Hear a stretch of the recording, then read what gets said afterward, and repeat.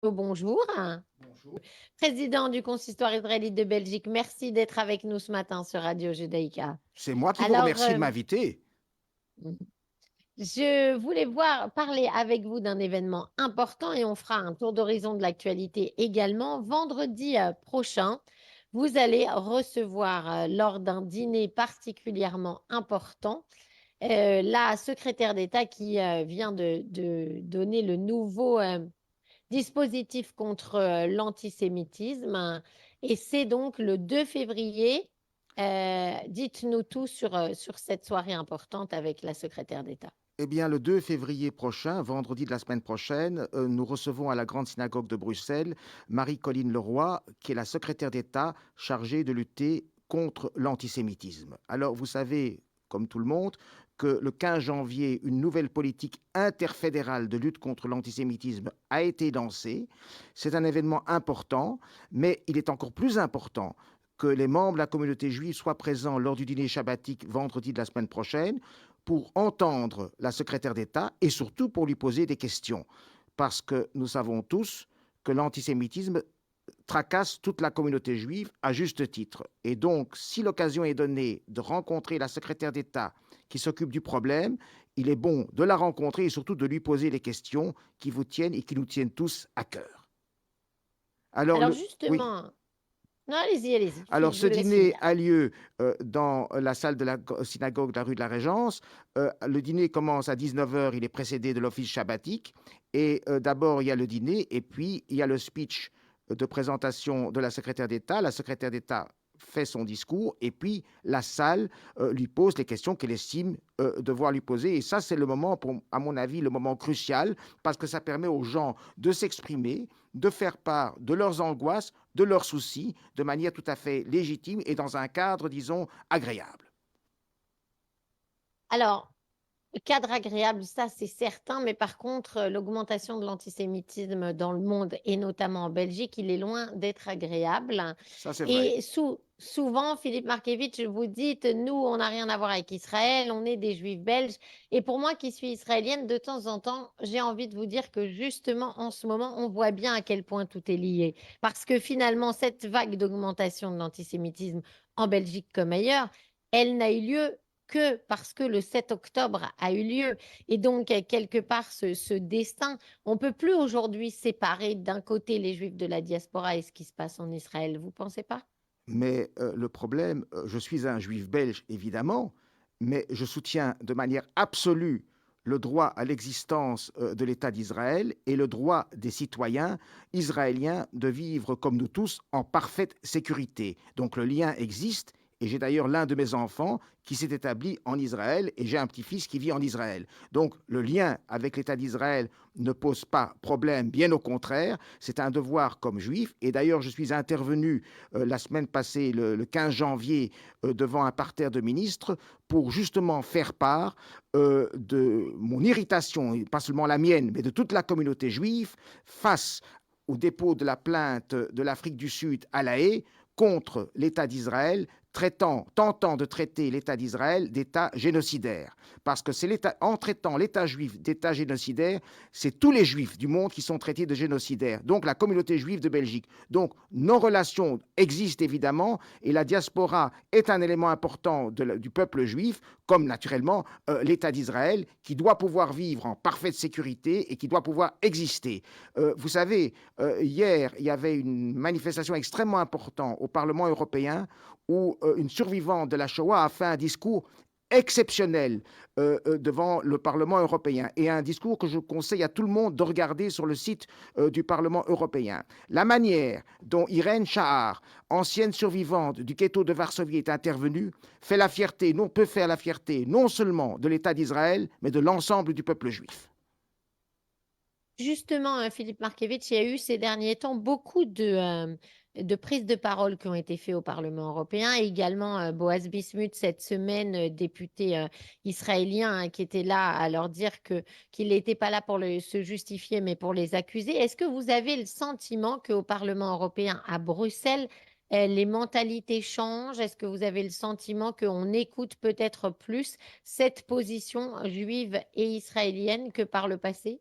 Mais écoutez, je vous dirais, ce qui est arrivé le 7 octobre dernier est une tragédie pour l'ensemble du peuple juif. Qui aurait pu penser qu'un événement pareil, qu'un drame pareil pourrait se dérouler en Israël 80 ans après la Shoah? C'est inimaginable. L'horreur, cette barbarie, c'est quelque chose d'absolument dramatique. Et donc, il me semble, et il ne me semble pas qu'à moi, mais à tout le monde, de normal, que Israël a le droit absolu de se défendre si Israël veut exister. Or, Israël doit exister, donc Israël a le droit de se défendre, et surtout, Israël a l'obligation absolue de récupérer tous les otages.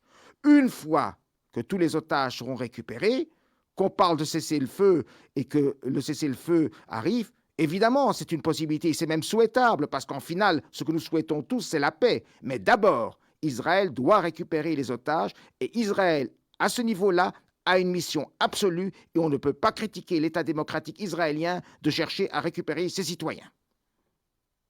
Alors, en termes de critique, je pense qu'on ne peut pas faire mieux que l'Afrique du Sud. Philippe Markevitch, vous avez réagi à cette plainte que l'Afrique du Sud a posée devant la Cour internationale de justice de La Haye, qui doit justement statuer aujourd'hui à 13 heures sur la demande urgente que lui a fait l'Afrique du Sud pour un prétendu génocide qu'Israël ferait sur les citoyens palestiniens à Gaza. Mais pour moi, cette plainte contre l'État d'Israël est en réalité une plainte qui vise l'ensemble du peuple juif, donc les juifs de diaspora également. Nous traiter de génocidaires est quelque chose de scandaleux et d'inadmissible. Quand vous pensez qu'il y a encore des survivants de la Shoah, des survivants d'Auschwitz qui vivent encore, et aujourd'hui que ces mêmes personnes soient accusées d'être des génocidaires, est une aberration inimaginable. Et j'espère que la Cour à La Haye aura la sagesse de ne pas donner suite, évidemment, à la demande de l'Afrique du Sud, parce que ce serait une aberration, mais ce sera un bouleversement total de l'avenir du monde. De toute façon, vous le savez, aujourd'hui, elle ne donnera pas son avis sur le fond. Ça va prendre des années. Aujourd'hui, elle donnera son avis uniquement sur une ordonnance éventuelle pour dire qu'il faut arrêter les combats, ordonnance qui en plus n'est pas exécutoire. C'est vrai, mais disons que ça donnera lieu à certains indices tout de même. Et Oui. il faut quand même que la Cour se rende compte que Israël n'a pas attaqué la Hamas. C'est la Hamas qui a attaqué Israël. C'est pas du tout la même chose, et que Israël ne souhaite pas du tout anéantir le peuple palestinien. Israël n'a pas ce but-là. Il n'y a pas de but d'anéantissement.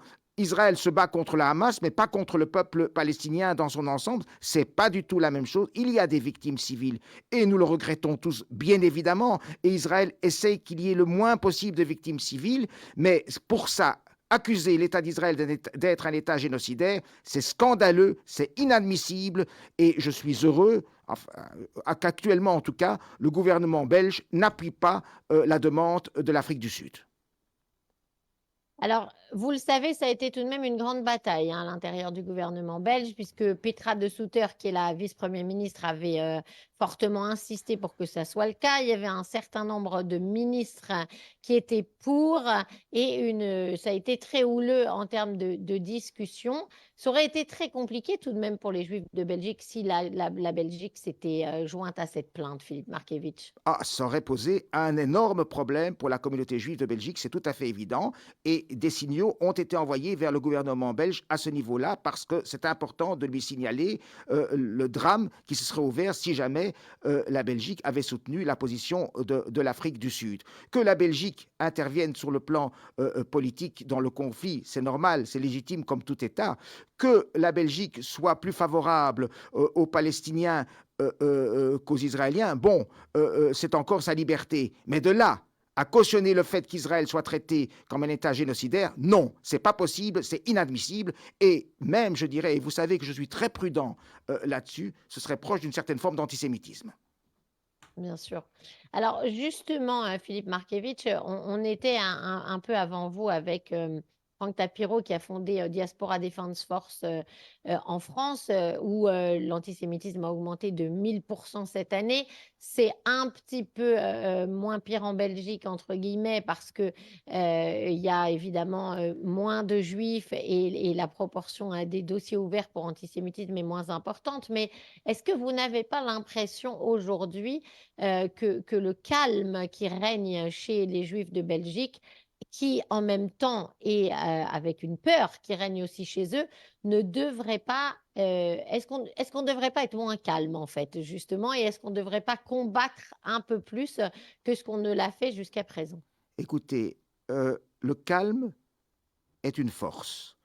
Le calme vous donne une forme de sérénité et vous donne un temps de réflexion. Il faut dire que les autorités belges, à divers niveaux, sont sensibles à la situation de la communauté juive. Et l'exemple le plus frappant est l'audience que le roi a réservée fin décembre à plusieurs dirigeants de la communauté juive. Donc, c'est important et la situation est une situation qui exige une vigilance absolue non seulement de la part de la communauté juive, mais de l'ensemble des pouvoirs publics. Mais il faut rester calme parce que, heureusement, et je dis pour l'instant, et nous savons très bien que ça peut changer dans une minute, la situation est relativement supportable en Belgique, bien que la situation est bien plus inquiétante en Anvers qu'elle ne l'est à Bruxelles. Alors, ce n'est pas parce que Anvers serait plus antisémite que Bruxelles, mais c'est parce que les Juifs sont bien plus visibles à Anvers qu'ils ne le sont à Bruxelles, où ils vivent dans l'anonymat le plus parfait parce qu'il y a une autre forme d'intégration. Ceci étant, tout acte d'antisémitisme est inadmissible. Et en particulier, je vise ici les actes de violence physique. C'est inadmissible et ça doit être puni de manière extrêmement rigoureuse par les autorités judiciaires de Belgique, où nous vivons dans un état de droit. Et là, il n'y a pas de discussion à avoir. Maintenant, le grand problème, c'est Internet. Et ça, comment juguler ça? Ça, c'est vraiment toute une politique qui doit être mise en route pour agir. Et c'est pour ça que la démarche de la secrétaire d'État du gouvernement fédéral dans son ensemble de faire cette lutte interfédérale de lutte contre l'antisémitisme est quelque chose d'important pour donner un nouveau dynamisme à la situation, parce qu'il est clair que nous ne pouvons pas tolérer une aggravation de l'antisémitisme en Belgique. On ne peut pas tolérer l'antisémitisme, mais encore moins une aggravation de la situation comme nous la connaissons actuellement. Nous la connaissons actuellement en Belgique, c'est vrai, et maintenant, il faut dire aussi une vérité. Chaque fois qu'il y a conflit au Proche-Orient, il y a augmentation. Mais ici, le conflit dure depuis plus de 3 mois maintenant, et l'augmentation est tout à fait claire et évidente. Donc, il faut réagir parce que les Juifs, comme tous les autres citoyens du pays, ont le droit de vivre en sécurité absolue. Les enfants sont protégés, c'est très bien, mais le fait qu'on doive protéger des enfants par la police devant les écoles est tout de même quelque chose d'anormal. Il faut le faire parce que nous n'avons pas le choix, mais ce n'est pas une situation normale dans une démocratie éclairée comme la démocratie de la Belgique l'est. Heureusement, les autorités nous soutiennent, mais la situation en elle-même est aberrante, quelle que soit la bonne volonté de tout le monde. Alors justement, on revient au dîner avec la secrétaire d'État Marie-Colline Leroy. C'est donc vendredi prochain, le 2 février, et le public pourra lui poser les questions qui l'inquiètent concernant l'antisémitisme en Belgique. Comment on fait pour venir à ce dîner, Philippe Alors, il Markiewicz? faut s'inscrire en téléphonant à la communauté israélite de Bruxelles 02 512 43 34 pour réserver sa ou ses places au dîner. J'invite vraiment les membres de la communauté à venir et d'autres personnes non membres de la communauté à être présents également s'ils le souhaitent, parce que c'est important d'ouvrir ce dialogue avec la secrétaire d'État qui me semble pleine de bonne volonté. Elle est déjà venue à la grande synagogue de Bruxelles le 8e jour de Hanouka où elle a allumé une bougie. C'était symboliquement important. Nous lui faisons confiance pour ouvrir une nouvelle étape dans la lutte contre l'antisémitisme en Belgique. Donc, de prime abord, restons positifs et j'espère que cette volonté d'être optimiste sera couronnée de succès. Merci beaucoup, Philippe Markiewicz, président du consistoire central de Belgique, israélite, pardon, de Belgique, d'avoir été avec nous ce matin dans nos studios sur Radio Judaïka. Et donc, la date est prise 2 février au soir, synagogue de la Régence, pour ce dîner avec au centre l'antisémitisme en Belgique. Shabbat Shalom et bonne journée à vous. Shabbat Shalom à tout le monde. Merci.